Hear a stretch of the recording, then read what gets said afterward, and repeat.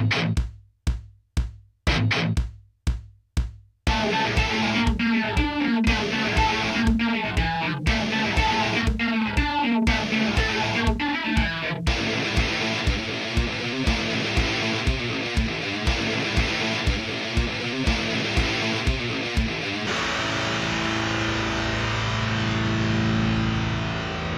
guys, it is me, Delta1, here with AspecAirsoft. And that is not my real name, but that's besides the fact of the matter. Y'all probably already know that. Anyways, I'm doing a review that I'm excited, but kind of not excited at the same time. I'm not a big fan of Echo1 as a company, but I'm reviewing the Echo1, Cyma RPK, Echo1 today. It's also known as the Cyma LMG, RPK 74. If I haven't made it confusing enough already, it's a RPK 74. Even though it's being called a LMG, it is the RPK 74 as the real steel. Now let's review the box. It's pretty flashy. It's got a nice little RPK on it, nice wood, Echo1 flashy stickers, LMG, nice tan box, etc., etc., LMG stickers. Nice. It's flashy and all that good stuff, but that's not really why you bought the gun, unless you're like someone I know who likes to buy guns for the boxes. Anyways, let's get on with this nonsense and actually open the gun box and see what's inside. So when you open it up, you'll see your gun, styrofoam pad here, and your gun.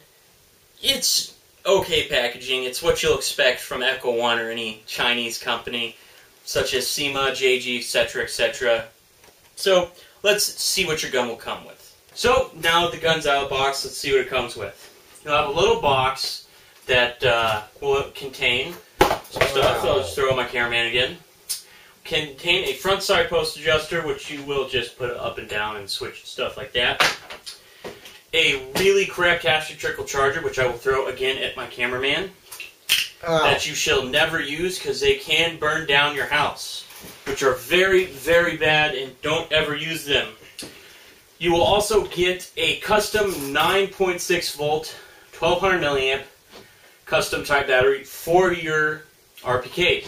Now note, this is one of my squad members' guns, so we already wired it to Dean's. It will come with Tamiya connectors, whatever you want to call them. I call them Tamiya, Tadema, whatever. We wired ours to Dean's. No, yours will not come like this. It will come with Tamiya connectors along with your gun, which will have Tamiya connectors. We simply wire ours to Dean's because it's a better, smoother connection. You're going to also come with a warranty card from Echo1, which will give you a 30-day limited extended warranty. You must validate this within 10 days of purchasing your gun, so you should probably fill that out. Your gun will come with a Echo1, Cyma Red Star LMG, Cyma RPK manual, which will have Chinglish, which is now in sight for the first time in a manual, which will tell you your barrel length is 600 millimeters, which I will go into more detail about how that is kind of bogus later on in the review. But this manual is got some kind of useful information, but if you're an AK fanatic like I am, this manual is no use to you. Also, you will get a 800 to 1,000 round high-cap magazine, which is kind of useless, because when your gun's on the bipod, if you put it in, it now becomes a tripod, and is kind of utterly pointless. So for this review, I'm going to kindly not have the mag in the gun and have it off to the side for the review for the time being. But I will have the gun like this in all of its former beauty. Now, it may seem like a hate review as of now, but I actually quite love this gun. I'm actually wearing the appropriate shirt for this review, where my shirt actually says, safe, say goodbye, and semi-auto. But moving on, let's go to some of the features on this rifle. Now, normally I'm going to go with the metal and plastic and wood components. Unfortunately, there is only one real plastic component to this gun, and that's just the pistol grip. But there is this plastic cap which just comes off if you want to, but that does kind of void your warranty because there is no orange tip on here no longer. Now, the pistol grip is plastic, and it is not unlike most 74 pistol grips that I have messed with, because most of them have this like kind of plasticky, cheap toy feeling that you would pick up an airsoft gun from Walmart, which this doesn't have, which I'm kind of super grateful for, because I've worked on many AKs in my days. And my buddy who backs me up with this gun, who is my spotter, which may sound weird because I'm a support gunner, loves this pistol grip because it doesn't feel like cheap, crappy plastic. It's got a nice texture to it, which feels kind of more like the Romanian Russian, kind of like used, been through 15 different wars, and kind of it's been buried in sand and been in a crate for 50 years feeling to it. Now, that may sound bad, but if you're an AK enthusiast, that's kind of what you want. And that's why I like AKs. Now, moving on. The metal components. It has a steel receiver, which is great. It is a fantastic, super awesome steel receiver. It's not a pop metal for once in a lifetime. This is a Cyma. This is an Echo1. This is made by Cyma. Echo1 just rebranded it. Now, you may be asking, is the barrel assembly steel? Sadly, it's not, due to some importation laws, and makes things a lot more complicated. Sadly, it's not steel. It is a very durable metal, though.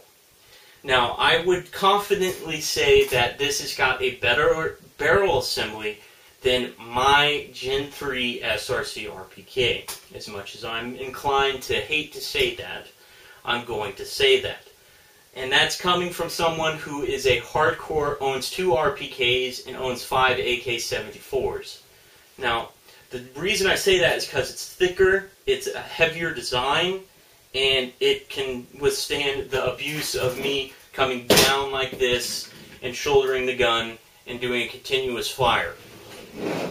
Now, this metal is good. This is steel, steel, steel. Everything is steel. But the barrel, the outer barrel, everything else is steel.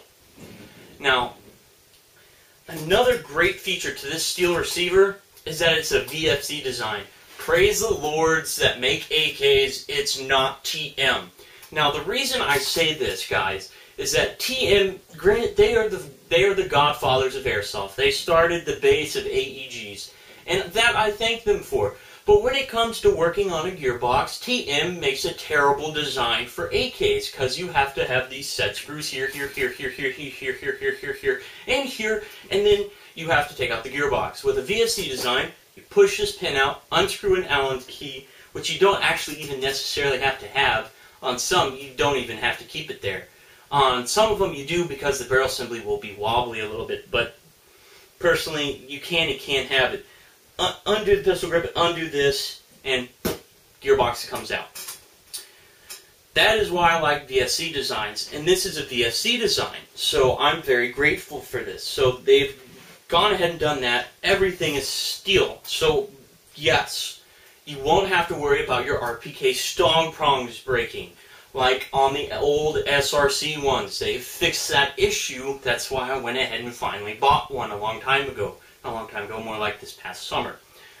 So, moving on, the wood components.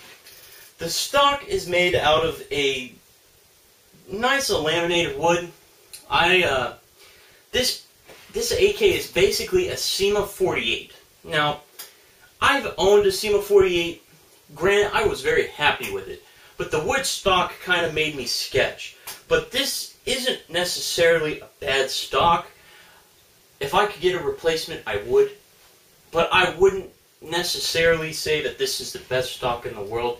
It does have a very small battery compartment, considering that this is designed to be a light machine gun, which is a downfall to this weapon, is that it does come with a small battery compartment. I don't know what they were thinking when they put that small of a stock. I'm not 100% sure if this is to scale with the actual RPK stocks, but I don't like the fact that it has a small stock. I mean, you can house maybe a custom 3000 11-1, maybe. But I've got some 21 or 2200 milliamp 11 ones that do fit in here. However, it does have no wobble at all, which is a bonus because some of the Cyma stocks have always had wobbles. This one doesn't. It has been messed with, so it doesn't have the wobble. Now, that is a great feature, but another thing that kind of bugs me is that the handguards right here, the lower handguards, are obnoxiously thick. They are a lot wider than the top one, but it's just something that's a personal preference. But this wood doesn't really wobble. It does wobble a little bit, but it's nothing to, cry home and wham about. It's nothing some Teflon or electrical tape can't fix.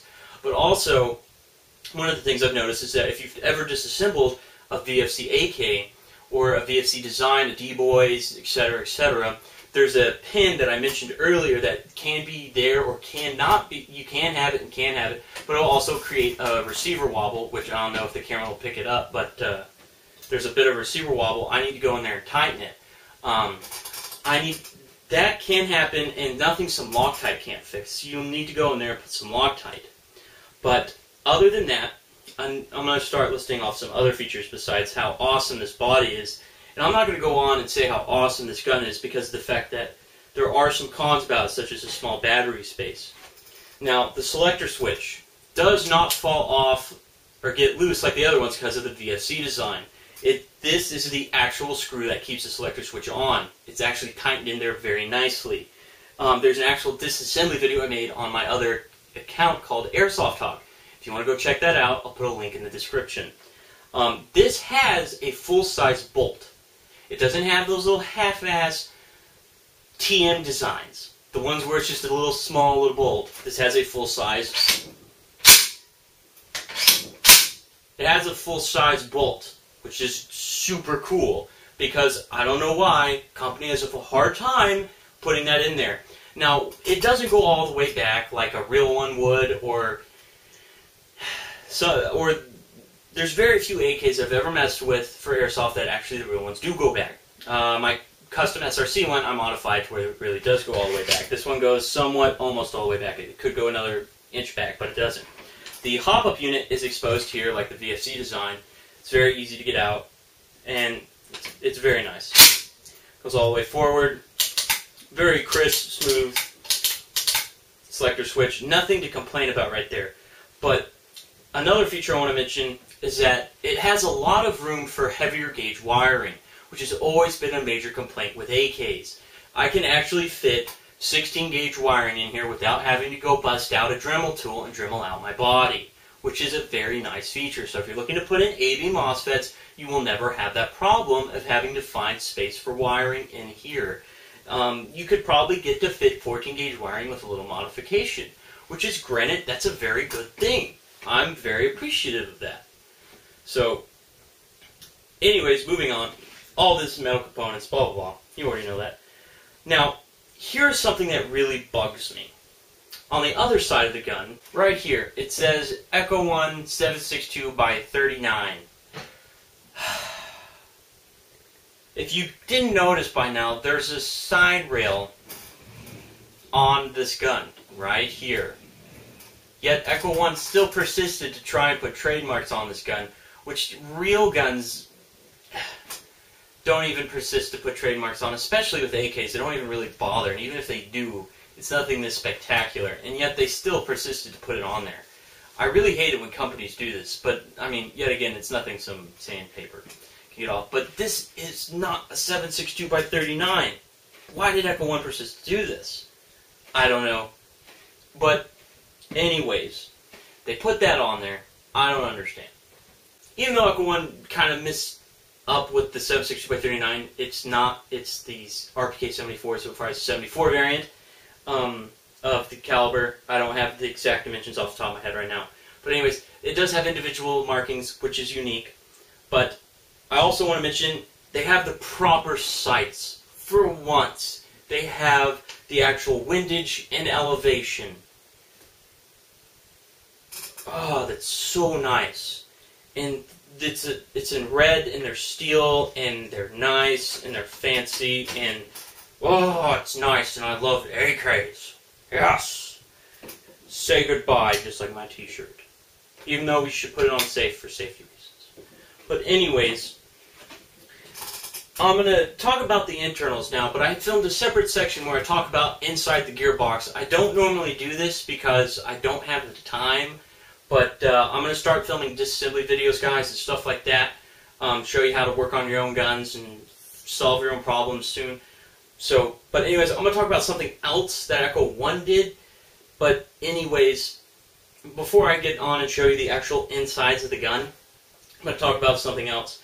I'm not sure if it was Echo1 that made this decision, or so to say, they kind of cheaped it out, or they just have never manufactured a barrel of this length. The barrel stops right here. The inner barrel stops like right about here. My reasoning for this is either they've never manufactured a barrel that's 600 millimeters, or that it was to lower costs of this particular rifle, because, well, I don't know if this is Cyma's actual model, because I don't think they really cloned it off of anything, because the only company I can really think of that makes an actual RPK 74 is LCP, and to my knowledge, I think they went out of business, or they're just kind of dead at the moment. But the barrel stops right here, and I don't know why they did that, and that can be a serious issue. But it functions properly. It's like we shot a couple thousand rounds out of it, and we never had a BB hit anywhere inside the rest of the barrel length. But since I'm an AK fanatic, I have so many AK length, you know, it has a standard 500 mil barrel. But you can actually fit a 650 in here. It'll like extend out to here. But we're gonna pop we have a 650 Prometheus we're about to pop into it, so it's gonna have Systema bucking and Polar Star nub and all that stuff. We'll show you the before and after accuracy. We're gonna take it over to a buddy of mine's and we're gonna show you the accuracy. But anyways, that I don't know why. If someone knows, I would like to know why they did that. But I don't know why they stopped the barrel right there. But anyways, now let's move on with the actual internal reports at the inside of the gearbox. So now for the internal reports. You have the gun disassembled clearly as shown, but I'm going to first start with something I haven't mentioned previously. The wiring is 20 gauge. I would highly recommend going with a thicker gauge for better energy current, especially since it's a support gun. It would allow for better current flow, higher rate of fire, better energy transfer, and overall better rate of fire and long lasting. Next is the piston. The piston has a small notch in the back for, I guess, a blowback kit of some sort, but I'm not sure. There's a small notch in the back for some reason. I'm guessing that's what it's for. They also shaved off half of the back tooth for, I guess, some sort of short stroke, but you're supposed to shave all of it down. I guess it's to prevent I'm sorry, I can't talk today, guys. Pre-engagement with your gears to your piston. So that's a neat feature. They also have a really decent ported piston head, which is good because it allows the O-ring to be pushed out, which creates better compression. You have a really, just overall, just an M130 spring, nothing too special here. You have a ball bearing spring guide. To be honest, I don't really care too much for the spring guide because if you work on gearboxes a lot, you like to put your screwdriver all the way through so you can hold your spring guide down when you open the gearbox up. With this, you really can't do that, but this works just fine. Then you have your steel gears. Very nice, I must say. It is above par what I was expecting with a Cyma rebrand gun, even though Echo1 did rebrand the Cyma RPK. A polycarb cylinder head, a brass cylinder, and you have your overall a really good shim job. I was rather impressed. I've never had a actual rebranded clone come with a really good shim job. And then, oh my god, we gotta talk about the motor. It's their super awesome high torque motor from Echo1. It's so awesome because it has a sticker on it. Even though, honestly, guys, it's just a Cyma motor with a sticker on it. That's all it is. That's all it is. It's awesome because it has a sticker. But overall, it's over-greased. Just re-grease it and polycarb Java plate. But that's basically it, guys, for the internal reports on the Echo1 RPK / Cyma, which is what it is. Echo1 rebranded it. But guys, let's get back to the review. Now that we're done with that, let's go to my personal opinion on this in particular rifle. My personal opinion. I despise Echo1 as a company. I'm not too big of a fan because, well, I just don't like Echo1. What Echo1 likes to do is replace 1 or 2 parts and then charge you, I think, $50 to $60 extra.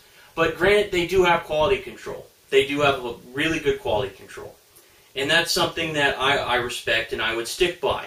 But, you know, times are tough and I don't have the money.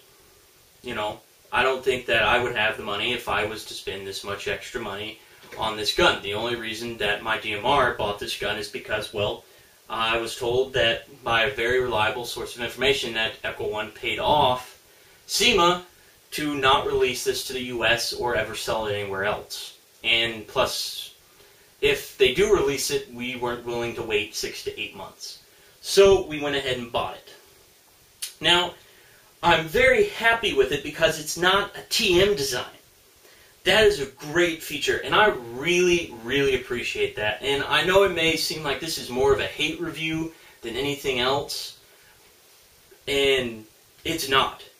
I would tell you personally, buy this over an SRC RPK for externals. Internally, if you were to choose between like a Gen 3 or this, I mean, it's kind of an easy decision. I would get a Gen 3 just because you've got 8mm bearings, you've got the ball bearing spring guide, you've got, you know, you've got the essentials. You basically almost have a LiPo-ready gearbox. Just get a better piston and you're pretty much ready to go.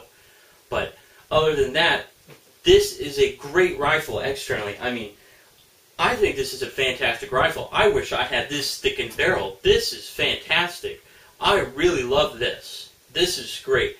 This makes me angry because when I look behind me, my buddy who's always had crappy, you know, guns that have always broken on him, and that I've always, you know, he's always had, you know, lower end external quality, and, you know, people have always, you know, ah, your gun looks like crap, and then at the end of the day, they're like, holy crap, your gun's amazing, how's it so accurate, blah, blah, blah, blah, blah, blah, blah, blah. You know, who works on your guns? And they always look, you know, he always tells me, you know, this guy, you know, Delta 1 does. You know, they always look at me, and then I always end up working on people's guns. So, he actually has a nice external quality gun now, and he has a extremely good internals now.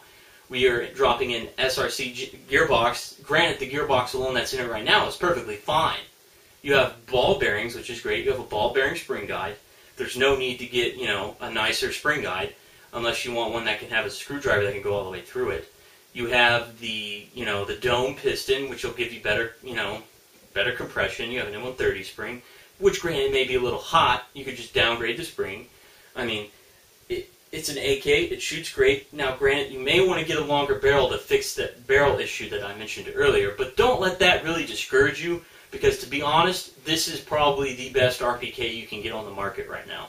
And that's coming from someone who's played years and years of airsoft, and from someone who is nothing but an AK fanatic and a nut, who comes from an AK base of people who buy nothing and use AKs, such as Ruski74. He is basically an AK nut as well, and, you know, he's not a fan of Echo1, and his buddy uses bought this gun and says, you know, this is a great gun, you know, you know, I don't like Echo1, but it's made by Cyma. So, basically, if you could get over the fact that it's not, you know, it's rebranded, this is a Cyma, this is a great RPK. But if you can get over that fact, this is a fantastic rifle because it's steel. I mean, it's not going to cost you as much as an LCT would if you can even get them in, you know, find one that's in the US, not have it imported, which will cost you $1 billion with shipping, and if you can even find one considering that they've been discontinued, and to my knowledge. Also, another thing that kind of bothers me is that magazine, you can't even put it in the dang rifle when it's resting like this. What's the point of that? And plus, this is an LMG. What are you going to do with a 1,000-round winding mag if you're going to be shooting it as an LMG? As an LMG man myself, I shoot almost upwards on a light day recently I just haven't been able to push my gun to the limit, about minimum of 30,000 rounds on a that's pushing a heavy day with my gun. If I could shoot like I wanted, I'd be shooting in excess of over 80,000 rounds. I'm currently run almost 5 drum magazines, so I kind of found it a little lame that it doesn't come with a drum mag. But it's nothing, something going and buying a drum mag won't fit. Drum mags do fit for this gun, unlike the Romanian side folders. So drum mags are great. I would highly recommend a drum mag for this. But battery compartment wise, kind of disappointed me. But to make up for that, the butt plate does screw on, which is better than the SRC stock, which is a kind of you just push down and it comes off. That is something I would rather have than the SRC. But you can't really compare the SRC RPK to this, which I will make a video. But enough of me talking too much about my personal opinion. Bottom line, I'm going to have to say, as much as I'm inclined not to, and as an SRC fanboy that I am, I will admit it, this is better than the SRC RPK that externally it is. Battery compartment-wise, the SRC is better, but this is a better design externally. As much as I don't want to say it, guys, but this is a better design. Plus, it's just a great gun. It really is, especially since they put a Mad Blue bucking, which is, granted, it is good, but they do wear out faster than, so to say, a Sistema bucking. But for a stock gun to come with a Mad Blue, you can't really complain. There's nothing to complain about. Now, for the final conclusion. Echo1, Echo1, whatever you want to call this rifle that's made by Cyma, but it's imported by Echo1, is a fantastic RPK. Granted, the barrel doesn't go all the way out, and all the things that I said that may have seemed bad. Now, I'm not trying to say, it's got this and this and this and this and this that makes it so awesome, you must buy it now. But this really is the best design for an RPK. And granted, yes it is, but I know it's an RPK 74, but if I'm buying an RPK and I'm going to use it as the design is, as an LMG, I'm going to throw a drum mag on it and I'm going to blast away. Because that's what I do, and that's what I do best. Now, I've done it before, and I've held off 35 people by myself. And I've done it well, and I'm really proud of that. But this is a great AK. There's a link in the description where you can get this rifle. Great steel body. Everything about it is a reason to buy this RPK if you're an RPK enthusiast such as I. I personally am going to buy one of these down the road. This is my spotter's dust. I'm glad he bought this rifle. It's going to be one of these rifles that I'm proud to say that it's on my team. And I know that it's shooting and it's behind me 100% of the way. So, guys, I hope you enjoyed this review of the Echo1/Cyma RPK, and thanks for watching.